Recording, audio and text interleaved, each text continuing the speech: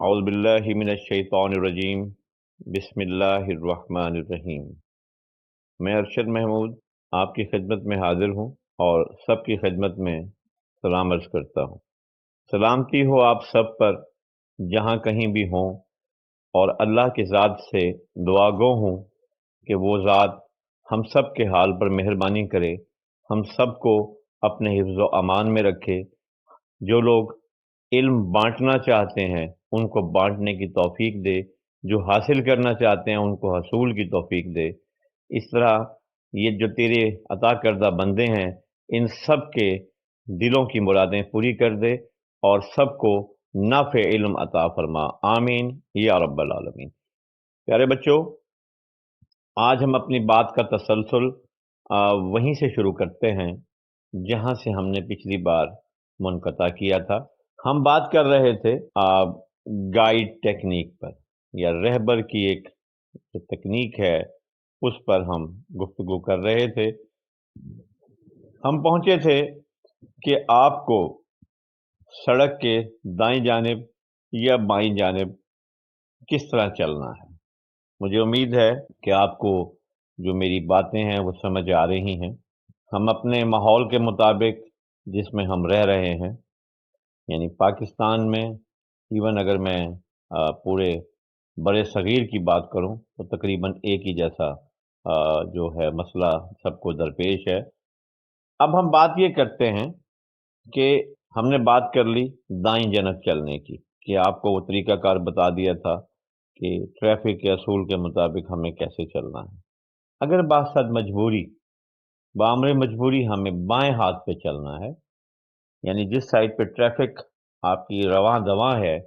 ہم ٹریفک کی ہی مطابق اپنے بائیں ہاتھ پہ بائیں کنارے پر چل رہے ہیں، تو ٹریفک یقیناً آپ کے پیچھے کی جانب سے آئے گی اور اپنے آگے کی جانب آپ کو کراس کر کے چلی جائے گی۔ ایسی صورت میں گائیڈ کو آپ کے رائٹ سائڈ پہ ہونا ہے اور آپ کو اس کے لیفٹ سائڈ پہ ہونا ہے، تاکہ وہ اپنی آنکھ سے جس چیز کو دیکھ رہا ہے اس سے کم از کم آپ کو کسی چوٹ سے بچا سکے۔ اس پر ہم پچھلی دفعہ بات کر چکے ہیں، یہ جسٹ میں نے آپ سے ایک اس کو دہرانے کے انداز میں بات کی ہے۔ اب ہم بات کریں گے کہ گائیڈ کے ساتھ ہم کسی تقریب میں اگر جا رہے ہیں، کسی پلازے میں یا کسی مال میں ہم اگر جا رہے ہیں، تو وہاں پہ آپ کو دو تین سے زیادہ چیزوں کا سامنا کرنا پڑتا ہے۔ ایک تو وہاں پر تقریباً فلیٹ آپ کے فرش ہوتے ہیں، اور اگر میں یہ کہوں کہ چپس ہوتی ہے، ٹائلز کا آج کل فیشن ہے، اور جب کبھی بعض آگے مستقبل میں یہ ہماری گفتگو سنی جائے تو اس وقت ہو سکتا ہے کوئی اس سے بھی مختلف چیزیں آ جائیں، لیکن کچھ مالز ہم نے ایسے بھی دیکھے انٹرنیشنلی جس میں لکڑی کا فرش ہوتا ہے۔ کسی ہوٹل پہ اگر آپ دیکھ لیں، کسی آفیسز میں آپ دیکھ لیں، ایون اگر ہم آرمی کے پرانے جو ہائی کمان آفیسرز کے اگر ہم بڑے بڑے آفیسز دیکھیں تو ان میں تقریباً لکڑی کے فرش بنے ہوئے ہیں۔ میں اپنے شہر کی بات کرتا ہوں تو یہاں پر میں نے خود بھی اس کو دیکھا ہے۔ تو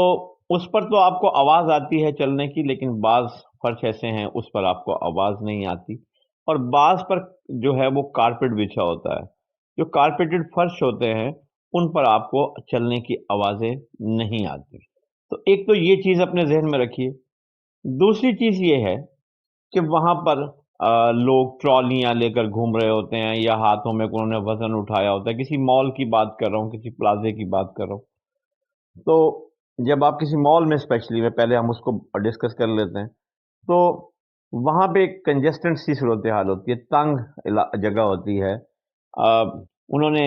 سجاوٹ کے حساب سے ان چیزوں کو رکھا ہوتا ہے، اور کچھ انہوں نے زگ زیگ کی طرح چیزیں رکھی ہوتی ہیں، کچھ انہوں نے، کیونکہ انہوں نے تو اپنے ایک ٹائم کو دیکھتے ہوئے، اپنی ضرورت کو دیکھتے ہوئے اور اس اسپیس کو دیکھتے ہوئے اپنی چیزوں کی ایڈجسٹمنٹ کی ہوتی ہے کہ کم سے کم اسپیس میں ہم زیادہ سے زیادہ چیزیں جو ہیں وہ ڈسپلے کر دیں یا وہاں پر رکھ دیں۔ اچھا، کیونکہ جو آپ کے اگر میں یہ کہیں کہ شاپس ہیں تو ان میں تو ریک بنے ہوتے ہیں دائیں بائیں، اور وہ درمیان میں اسپیس ہوتی ہے، جیسے بیکری پہ چلے گئے کسی جنرل اسٹور پہ چلے گئے، ان کا تھوڑا سسٹم اور ہوتا ہے، وہاں پہ آپ کو ایک ہی اسپیس سے گزر کے آخر تک جانا ہوتا ہے اور اپنی چیزیں لے کر واپس آنا ہوتا ہے۔ بڑے بڑی بیکریز جو آپ ملٹی فوڈ ہیں یا اس طرح کی بنی ہوئی ہیں، تو وہاں پر بھی انہوں نے اپنے جو کیس ہیں وہ مختلف انداز میں رکھے ہوتے ہیں، ان کے درمیان سے گزر کے آپ کو دائیں بائیں گھومنا پڑتا ہے۔ بہرحال وہ اپنی طرف سے انہوں نے ایک خوبصورتی بھی اس کی ہوتی ہے، اور اس کے ساتھ ساتھ انہوں نے اپنی اسپیس کو بھی بچایا ہوتا ہے، زیادہ سے زیادہ آئٹمز جو ہیں وہ انہوں نے ڈسپلے کیے ہوتے ہیں جس کو آپ آسانی سے بائی کر سکتے ہیں۔ لیکن وہ تمام چیزیں انہوں نے ایک نارمل شخص کو یا ایکسائٹڈ شخص کو، بینا شخص کو مد نظر رکھتے ہوئے بنائے ہوتے ہیں۔ لیکن میں نے بہت سی جگہوں پہ یہ چیز دیکھی ہے کہ اویئرنیس کی کوئی کمی ہے، ایجوکیشن ہماری پراپر ایسی ہے نہیں جس کو ہم یہ کہیں کہ ہمارے ملک میں جو لوگ ہیں ان کو پراپر ایجوکیٹ کیا جاتا ہے، یا ان کو یہ بتایا جاتا ہے کہ اسپیشل پرسن بھی، اسپیشل نیڈز بھی یہاں ہو سکتے ہیں، یا خصوصی افراد بھی یہاں آ سکتے ہیں، یا ایسے فرد جن کی خصوصی ضروریات ہوتی ہیں وہ بھی یہاں آ سکتے ہیں۔ تو بڑے بڑے مالز میں نے دیکھا ہے، ویسے تو وہ انٹرنیشنل اور بین الاقوامی لیول کے ان کو وہ کہتے ہیں، اور وہ ان کے بارے میں ان کا یہ دعویٰ بھی ہے کہ ہم نے انٹرنیشنل ایک لیول، ایک اسٹینڈرڈ ہم نے رکھا ہوا ہے۔ لیکن اگر آپ جا کے دیکھیں تو اسپیشل پرسن کے لیے وہاں کوئی بھی چیز ایکسیسیبل نہیں ہوتی، بلکہ اگر میں یہ کہوں کہ اس کو تو چوٹ لگے ہی گی جو اگر ڈسیبل ہے، اگر اس کے ساتھ گائیڈ اچھا نہیں ہے یا وہ خود اکیلا کہیں گیا ہوا ہے،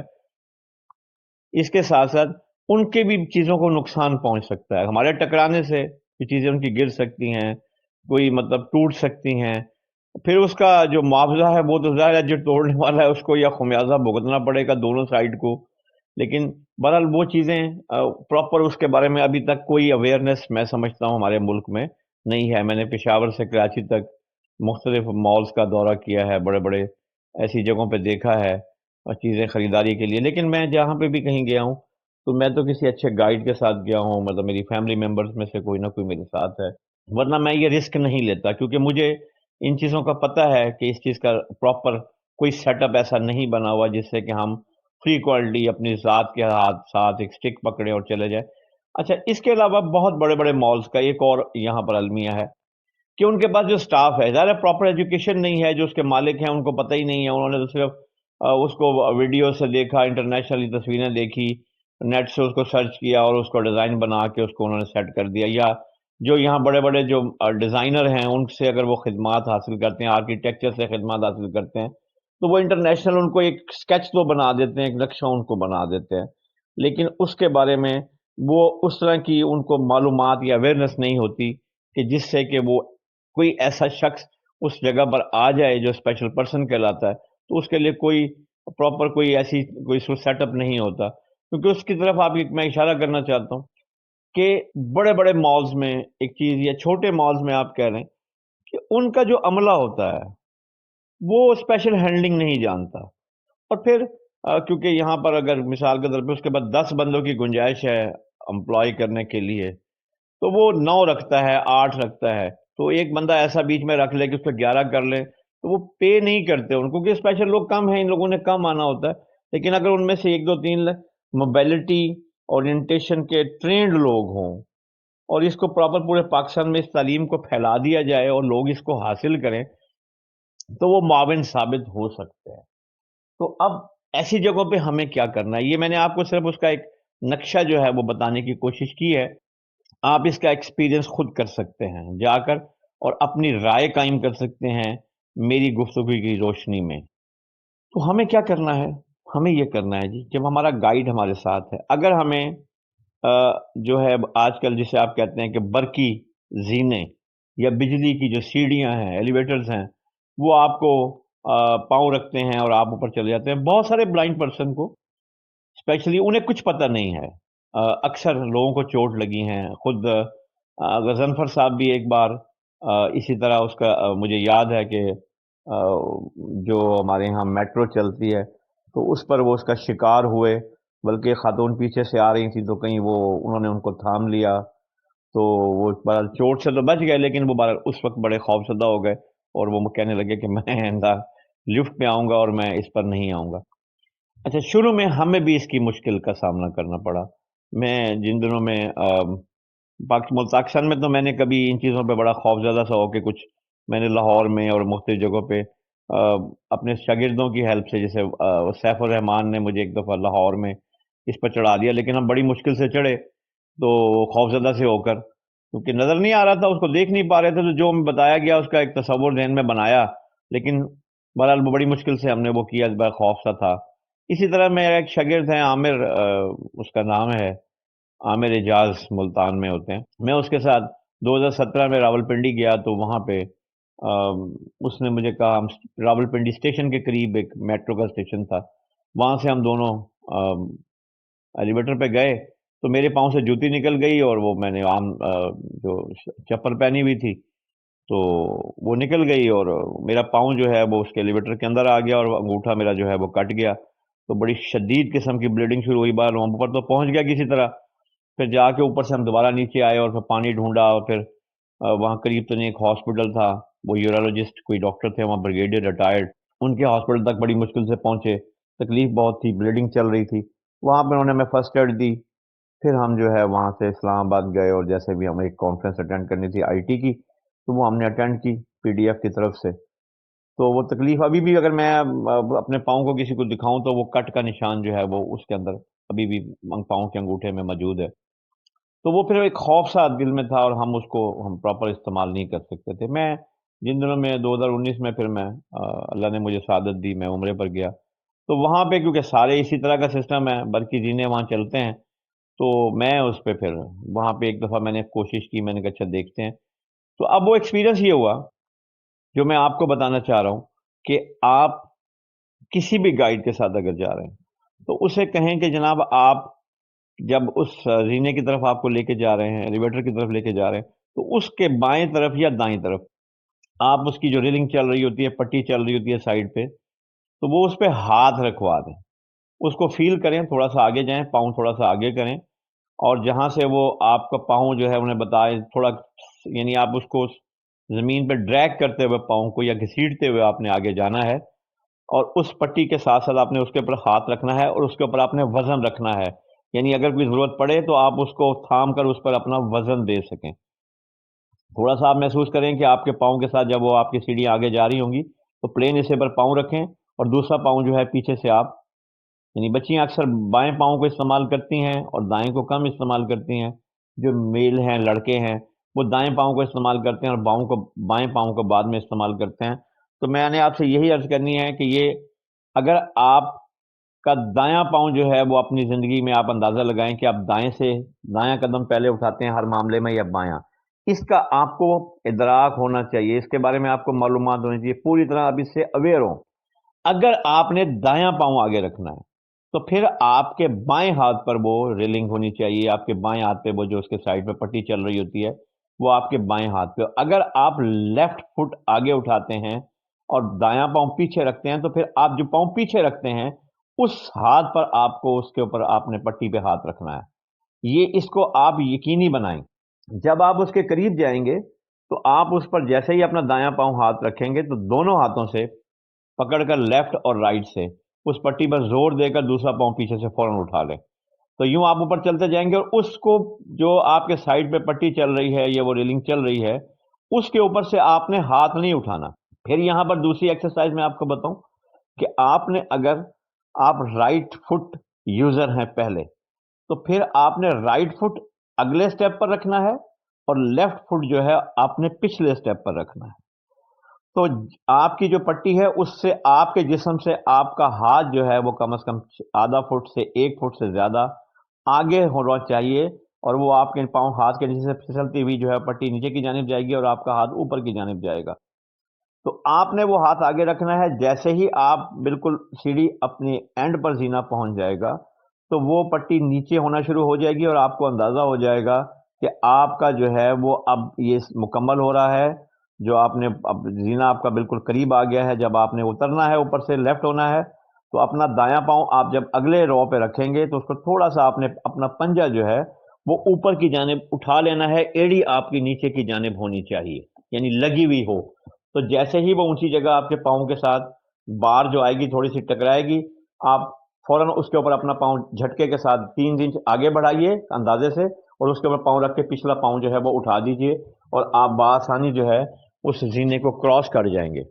اسی طرح جہاں پر بہت سارے ایسے ہوتے ہیں جہاں پر آپ کا نیچے آنے کا طریقہ ہوتا ہے، تو نیچے آنے کے لیے بھی آپ کا یہی طریقہ یوز ہوگا. آپ اپنے اس ریلنگ کے اوپر ہاتھ رکھیں گے اور جو پاؤں آپ یوز کرتے ہیں وہ، اور اپنا وزن جو ہے اس ریلنگ کے اوپر یا اس سائڈ پہ جو آپ کی پٹی چل رہی ہے اس کے اوپر دیتے ہوئے پچھلا پاؤں اٹھا لیں گے، اور یوں ہی اسی عمل کو دہراتے ہوئے نیچے کی طرف چلے جائیں گے. اور جیسے ہی وہ سفر آپ کی جو ریلنگ نیچے پہنچ جائے گی، آپ کی ایلیویٹر جو ہے جب آپ بالکل زمین کے قریب پہنچ جائیں گے تو وہ بھی آپ کو اسی پٹی سے اندازہ ہو جائے گا کہ آپ نیچے آ گئے ہیں. تو اپنا پاؤں اسی طرح ایڑی نیچے رکھتے ہوئے پنجے کو تھوڑا سا اوپر کرتے ہوئے آپ اس پر پاؤں آگے رکھیں گے، اور آپ آسانی کے ساتھ جو ہے وہ اپنا جو ہے وہ جو اتر جائیں گے نیچے اور وہ مکمل کر لیں گے. یہ چیزیں بہت ضروری ہیں. اچھا، دوسری بات یہ ہے کہ اکثر ہم نے کیا کرنا ہوتا ہے، ہم لوگ سامان بائی کرتے ہیں، خریدتے ہیں اس سے. تو وہ سامان جو ہے وہ آپ کے پاس آپ کے کوشش کیجئے کہ ایک ایسا بیگ ہو جو آپ کے کندھے پر آ جائے یا آپ کے بازوؤں پر آ جائے، ہاتھ آپ کے فری ہونے چاہیے اس وقت. اچھا، گائیڈ کو پھر آپ نے یہ کرنا ہے، جب آپ نے اس پر ہاتھ رکھنا ہے تو گائیڈ کو آپ نے نہیں پکڑنا، گائیڈ کو آپ نے صرف یہ کہنا ہے کہ آپ میرے ساتھ ساتھ رہیں. اگر آپ ایک ہاتھ سے گائیڈ کو پکڑے ہوئے ہوں گے، دوسری سائڈ سے آپ ریلنگ پہ ہاتھ رکھے ہوئے ہوں گے، تو پھر آپ کے گرنے کا اندیشہ زیادہ ہوگا، کیونکہ آپ ڈیپینڈنٹ ہوں گے گائیڈ کے اوپر اور آپ غلطی کر سکتے ہیں. یا وہ بعض دفعہ گائیڈ یہ کہتے ہیں رکھیں پاؤں، رکھیں پاؤں، آپ رکھ دیتے ہیں اور وہ اس کی جو کہنے پر رکھتے ہیں تو وہ زاویہ آپ کا غلط ہو جاتا ہے، اور جس سے آپ کے گرنے کا جو ہے وہ امکان یقینی ہوتا ہے، اور گرنا بھی اتنا شدت سے ہوتا ہے کہ آپ سر کے بل پیچھے کی جانب گرتے ہیں. تو لہٰذا اس ایکسرسائز کو اچھی طرح مکمل کیجئے. جن بچیوں کو نظر آتا ہے وہ تو یہ کر سکتے ہیں، جن بچوں کو نظر آتا ہے وہ بھی یہ کر سکتے ہیں. یہ میں ٹیکنیکس بتا رہا ہوں اس وقت میں جب بالکل آپ سائٹ لیس ہو جائیں گے، جب آپ کی نظر نہیں ہے یا آپ کو وہ چیز دکھائی نہیں دے رہی ہے. تو لیکن میں نے پچھلی دفعہ بھی یہ کہا تھا کہ اس نظر کا اعتبار نہیں ہے، اس کا اعتبار نہ کیجئے اور اس کی بھرپور پریکٹس کیجئے. جو میں نے آپ سے کہا، اگر کسی مال میں جاتے ہیں، کسی جگہ بھی جاتے ہیں، تو یہ اب کیونکہ یہ آنے والا دور جو ہے وہ یقیناً اس چیز کی غمبازی کرتا ہے کہ اس میں یہ چیزیں زیادہ ہوں گی. لفٹ پر لوگ جانا آنا پسند تو کرتے ہیں، لیکن لفٹ کے کیونکہ بٹن سے بعض دفعہ اویئر نہیں ہوتے لوگ، اور وہ پریس اوپر کا یا نیچے کا کر دیتے ہیں. اس پر ہم بعد میں بات کسی دن کریں گے. تو ابھی ہم یہی بات یہیں تک رکھتے ہیں کہ آپ ان چیزوں سے باقاعدہ اویئر ہوں. اچھا، جب آپ یہ چیزیں سیکھ لیں گے تو پھر آپ اس علم کو مزید آگے پھیلائیے اور لوگوں تک اس کو لے جائیں، تاکہ آسانی کے ساتھ ہم ان جو ہے محبتوں کو بانٹ سکیں اور دوسروں تک اپنا یہ پیغام پہنچا سکیں. آج کی بات میں نے اتنی ہی رکھی ہے تاکہ آپ لوگوں کے لیے جو ہے وہ یہ سہولت کی بات ہو، کیونکہ یہ چیزیں زیادہ تر اب شہروں میں ہوتی ہیں، ابھی تو دیہات وغیرہ میں نہیں ہیں. لیکن آنے والا وقت بتا رہا ہے کہ ہر چیز جو ہے وہ الیکٹرانکس کے ساتھ چلے گی، اور لوگوں کی جو ہے فزیک وہ اب ان چیزوں کی عادی نہیں رہ رہی ہے. ابھی بھی اگر ہم گھروں میں یہ دیکھ لیں کہ ایکسرسائزز ہماری کم ہو گئی ہیں، ہماری واکس کم ہو گئی ہیں، اور ہم تقریباً اب الیکٹرانکس کے محتاج ہو گئے ہیں جس پر بھی آپ دیکھیں. تو بہرحال جو بھی ترقی ہو رہی ہے ہمیں جدت کی طرف جانا چاہیے، اور میں اس چیز کا ہمیشہ حامی ہوں کہ جو بھی آپ کے پاس ایک ٹیکنالوجی آ رہی ہے، آپ کے پاس کوئی بھی ایسی چیز نئی آ رہی ہے، اس کے بارے میں سیکھنا ضروری ہے. مجھے کوئی کتاب نہیں سکھاتی، میں نے خود ہی یہ چوٹیں کھائی ہیں، میں نے آپ کو بتایا، اور یہ خود ہی اس طریقے سے سیکھی ہیں. اب جیسے میں نے آپ کو اوپر ذکر کیا ہے پیچھے پنڈی میں جو میرے ساتھ ہوا، تو یہ چیزیں سیکھنے کے بعد ہم اب دوسروں کو سکھانے کی پوزیشن میں ہیں اور آپ کو بتا رہے ہیں. تو اگر آپ کے ساتھ بھی کوئی اس طرح کی صورتحال ہے تو یقیناً اس کا آپ ہمیں انفارم کیجیے گا، ہمیں بتائیے گا، اور ہم امید کرتے ہیں کہ ہماری باتیں آپ کو سمجھ آ رہی ہیں اور آپ انشاءاللہ تعالی ان چیزوں کے بارے میں مکمل طور پر سیکھنے کے بعد ایک بہتر طور پر زندگی جو ہے وہ گزار سکیں گے. آپ سب کا میں بہت بہت شکریہ ادا کرتا ہوں، اور آپ کا فیڈ بیک بہت اچھا آ رہا ہے، اور اس امید کے ساتھ کہ اللہ تعالیٰ کی ذات آپ سب کو ترقیاں عطا فرمائے اور آپ لوگوں کو اپنے حفظ و امان میں رکھے، اور ہم سب کے لیے آپ دعا گو رہیں اور آپ کے لیے میں ہوں. آپ کا اللہ حافظ، میرا بھی اللہ حافظ. اللہ نگہبان.